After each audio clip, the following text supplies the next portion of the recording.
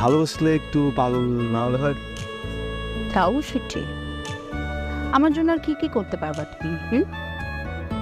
তুমি বললে পুরো শহর জুড়ে কাঠালি চাপা খুঁজবো, তোমার জন্য তপ্ত রোদে দাঁড়িয়ে ঘামে ভিজবো।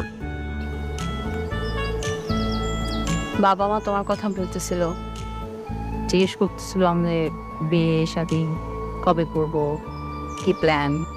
তুমি বলছো আমি বলছি যে তোমার জব পার্মানেন্ট না হওয়া পর্যন্ত ওয়েট করতে হবে।